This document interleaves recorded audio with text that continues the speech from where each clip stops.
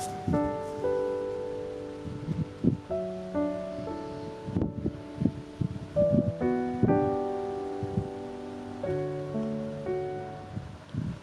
오늘 믿기 힘든 전략 겸손과 순종이라는 말씀으로 마음을 좀 나누려고 합니다. 진짜로 형제들은 의연하게 빼고는 다 검은색을 입고 왔네요, 진짜.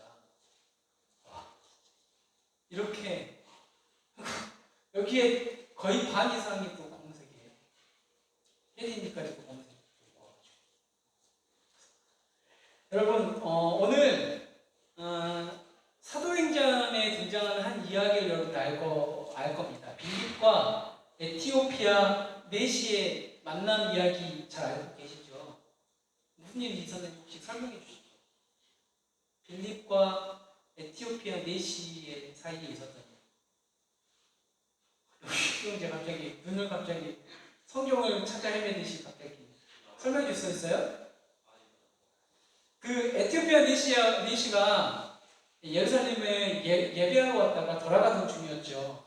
이 의전용 그 마차를 타고 막 가는데 이 경건했던 이 내시가 마차 위에서 두루마리로 된 성경을 읽고 있었습니다.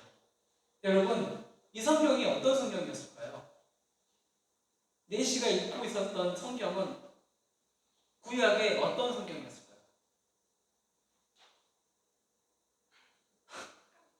아는 사람에게 제가 커피 쿠폰을 쏘겠습니다. 누구요? 맞습니다. 알고 있었죠. 이사야서를 읽고 있었어요. 그 본문 중에서 특별히 놀랍게도 오늘 우리가 읽은 53장 이 부분을 읽고 있었어요. 그런데 그 본문을 읽으면서 묘사되어 있는 이 본문에 등장하는 그 인물에 대해서 궁금한 겁니다. 묘사하고 있는 인물이 여호와의 종. 그런데 여호와의 종인데 상상하기 끔찍할 정도의 외모, 흉측하고 또 사람들이 그를 보면서 무서워서 놀라고 멸시하는 겁니다. 근데 에티오피아 이 내시는 그 이해할 길이 없는 거예요. 누가 가르쳐주지 않으니까. 아니 도대체 하나님의 종이라고 하는데 어떻게 이런 일이 일어날 수가 있지? 왜 여호와의 종이라고 하는데 이 사람은 이렇게 심한 곤욕과 시문을 받아야 하지? 분명히 누군가를 위해서 대신 고난을 당했다고 하는데 도대체 이 대신 고난을 받은 그 사람은 누구일까? 이 질문들이 지금 머리에 둥둥 떠나드는데 이 질문에 답해줄 사람이 없는 겁니다. 네, 그때에 이제도 좀 기억이 납니까? 성령께서 빌립을 그 광야로 이끄시죠. 사역을 막 전도 사역을 너무 잘하고 있는 빌립을 갑자기 성령께서 그곳을 놓아두고 광야로 가게 하십니다. 이끌어서 바로 앞에 에티오피아 내시 있는 곳으로 끌어가십니다. 그리고 가서 이야기하라고 하시죠. 그 묻습니다. 아니 지금 믿고 있는 거 당연히 이해하고 계십니까? 그러자 당연히 모릅니다. 그래서 빌립이 그 본문에서부터 시작해서 예수에 관한 복음을 가르치기 시작합니다. 그리고 그 내시가 빌립의 그 성경 해석을 듣고 길을 가다가 물이 있는 곳에 내려서 세례를 받게 됩니다. 그 내시가 세례를 받고 길을 아주 기쁘게 갔다고 하지요. 그러니까 광야 한복판에서 여기 이 이사야서 53장을 가지고 빌립과 이 내시가 부흥해요. 부흥 사경, 말씀 사경이에요. 이런 놀라운 일이 우리 청년들 안에도 일어났으면 좋겠다. 말씀을 깨닫기를 원하고 또 깨달아지고 또 그로 말미암아서 내가 정말 하나님의 길을 가겠다라고 이렇게 말하는 청년들만 많이 일어났으면 좋겠어요. 수많은 학자들이 이 사람을 가르쳐서 이렇게 말합니다. 여호와의 고난받는 종이라고 부릅니다. 오늘 본문에 나오는. 여러분 이스라엘은 구원자가 필요했지요. 바벨론 포로에서 구원할 구원자, 그들의 죄에서 구원할 구원자가 필요합니다. 그런데 그들의 고난의 구덩이에서 헤어나오지 못해요. 여러분 왜 그들은 그 고난의 구덩이에서 헤어나오지 못할까요? 왜? 우리가 너무 잘 아는 듯이 구원은 그냥 이루어지는 게 아닙니다. 대가를 지불해야 돼요. 그렇죠? 그들이 누군가가 내가 지은 죄에 대한 대가를 지불해야 하거든요. 그런데 이스라엘 백성들에게는 그 죄에 대한 대가를 지불할 능력이 없는 거예요.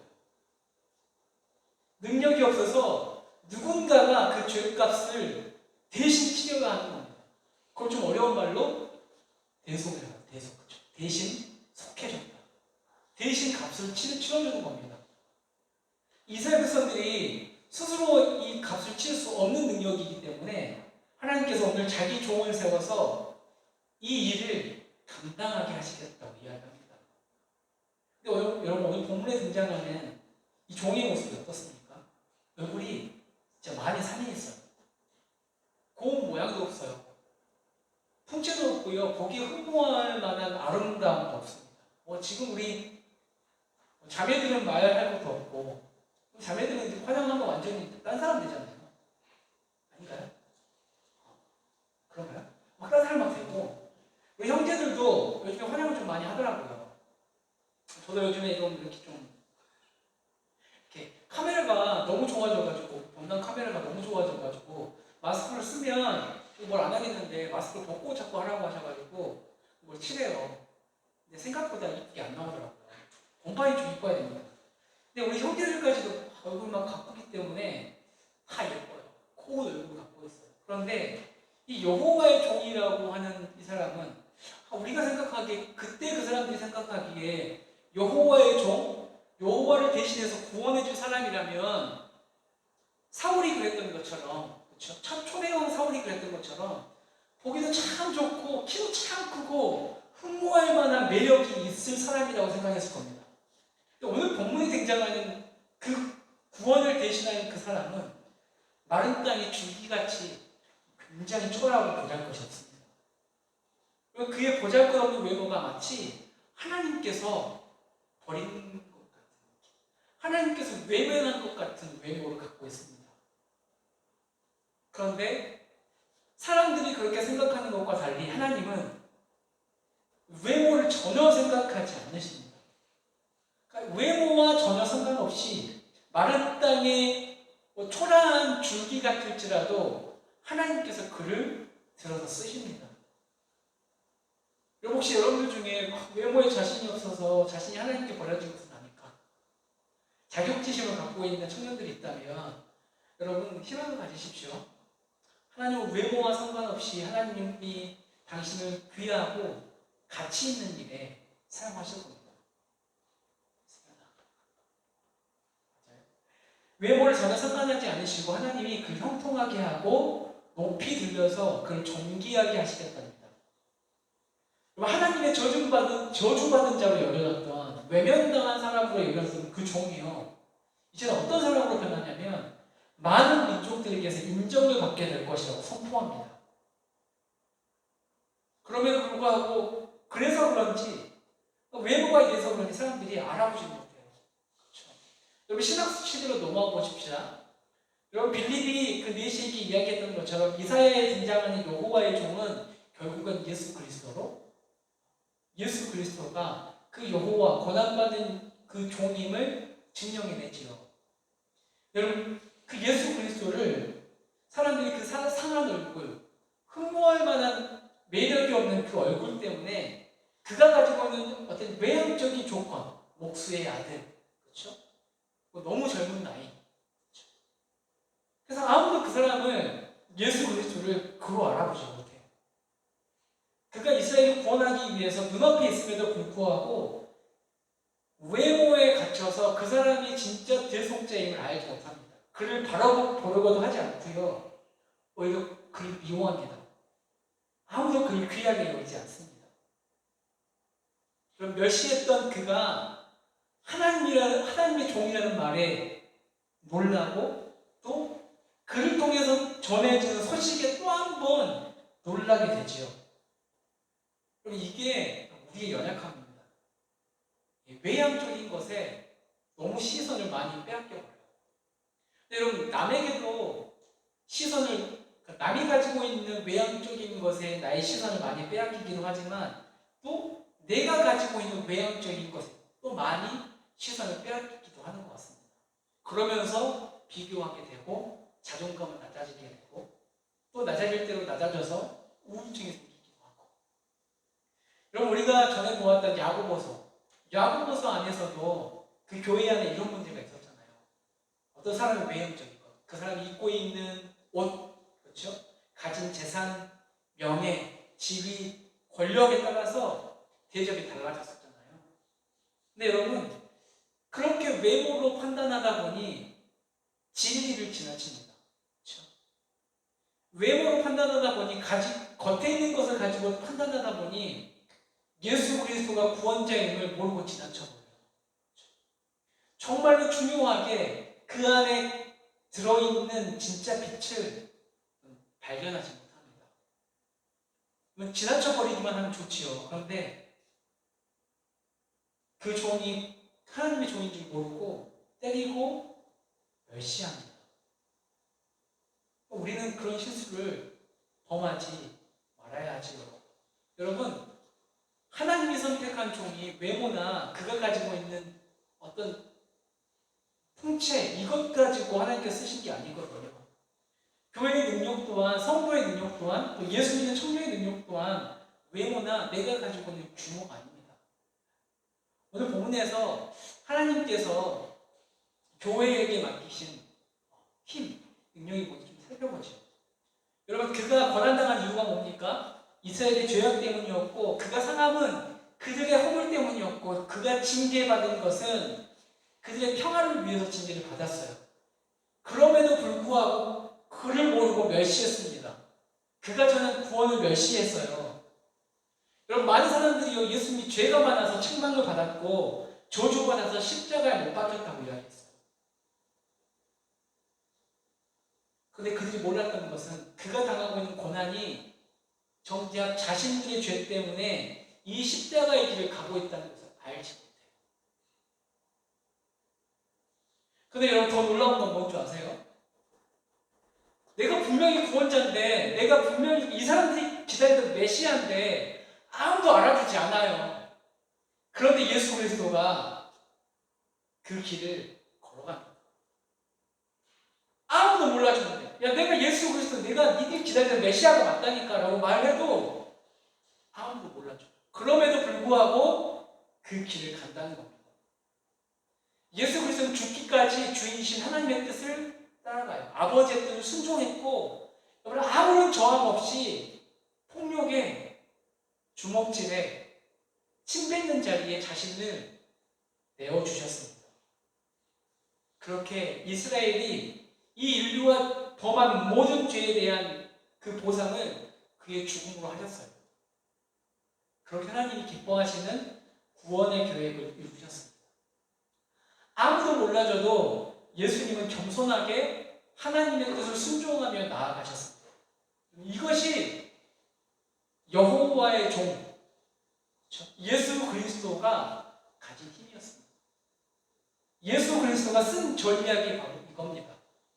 여러분, 하나님께서, 예수 그리스도께서 온 인류를 구원하시기 위해서, 생명을 얻기 위해서 쓴 전략이 무엇입니까?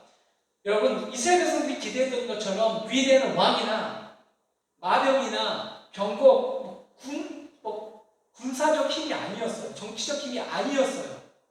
그걸로 구원을 이루시지 않으셨습니다.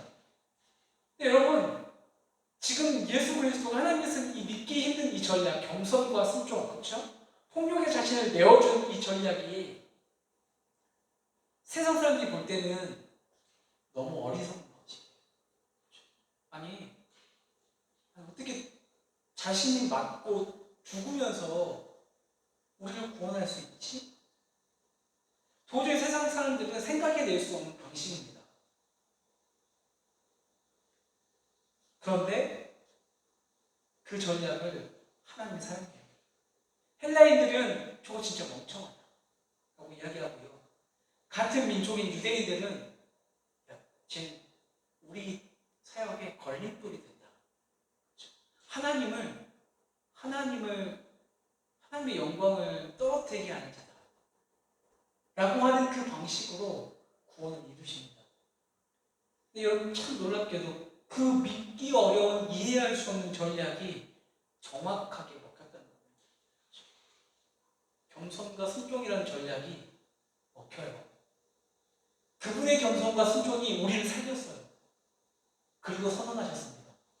천하만민 가운데 구원자는 예수밖에 없다. 그 예수의 이름을 부르는 자마다 구원을 얻을 것이다. 그리고 생명을 얻기 위해서 자신이 던진 겸손과 순종의 길을 예수님이 따라오라고 이야기합니다. 그렇죠? 예수님이 말도 안 되는 그 전략을 너희도 가지고 사용하라고 말씀하시는 거예요. 그럼 우리 어떤가요? 여러분, 예수 그리스도가 흑암의 구덩이에 빠진 이 영혼들을 얻기 위해 사용한 이 전략을 우리는 사용하고 있습니까? 아니, 영혼에 대한 마음은 있으십니까? 여러분, 교회에 나이 드신 권사님들이요, 나이가 많아서 권사님들이 되는 건 아닙니다. 여러분, 권사님들 보면 신앙에 뭐라고 하죠? 신앙이 연륜이 그냥 세월이 지나서 연륜이 막 쌓이는 게 아니거든요. 그럼 교회에 김정희 권사님이라는 분 계세요. 아세요? 예은이 할머니 맞죠? 예은이 할머니인데 이분을 보면서 참 제가 도전을 받는 게 뭐냐면 이분은 어딜 가든 누굴 만나든 첫 마디가 뭐냐면 예수 믿으세요. 되게 우리 김정희 권사님 말하는 투가 있거든요. 되게 아가씨처럼 이렇게 이야기해요. 예수 믿으세요.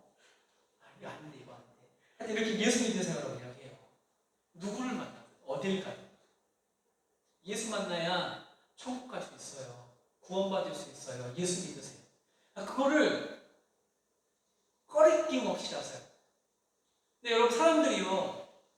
권사님이 그 이야기를 할 때 따뜻한 시선을 보여주냐.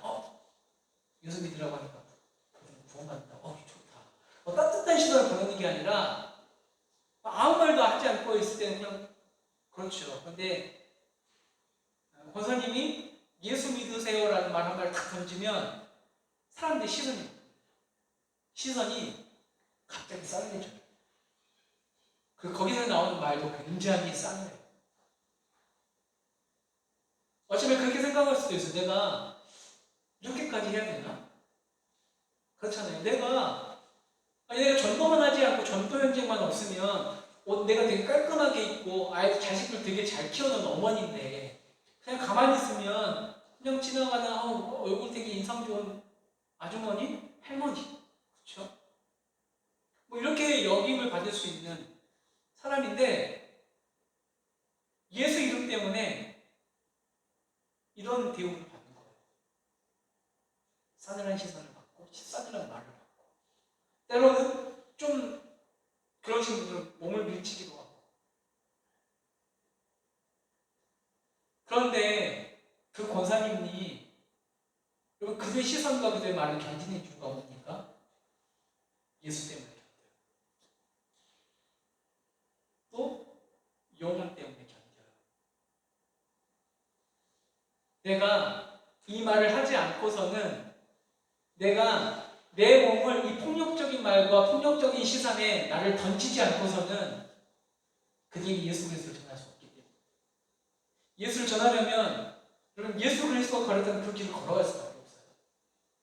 싸늘한 시선이 있을 수밖에 없어요. 그런데 거기에 내 몸을 던져야만 예수를 전할 수 있습니다. 영혼을 살릴 수 있기 때문에 그걸 하는 겁니다. 우리는 어떻습니까? 우리는 너무 편하게 복음이 전해지기만을 기다리고 있지는 않습니까? 너무 편하게 복음이 전해지기를 우아한 말로 기도만 하고 있지는 않습니까? 여러분 예수님은요 우리를 구원하시기 위해서 기도만 하고 계시지 않으셨잖아요. 그렇죠? 폭력에 자신을 내던지셨고요. 죽음에 자신을 내던지셨어요. 그렇게 우리를 살리셨어요. 그리고 나서 이야기하는 겁니다. 내가 그렇게 했으니까 너희도 그렇게 해야 해. 여러분 방학이잖아요. 저기 터미널 사거리에 가서 교회 전버지 가지고 한번 내밀어 보세요. 사람이 어떻게 많아요? 근데 그 시선을 뚫고 전도를 하세요.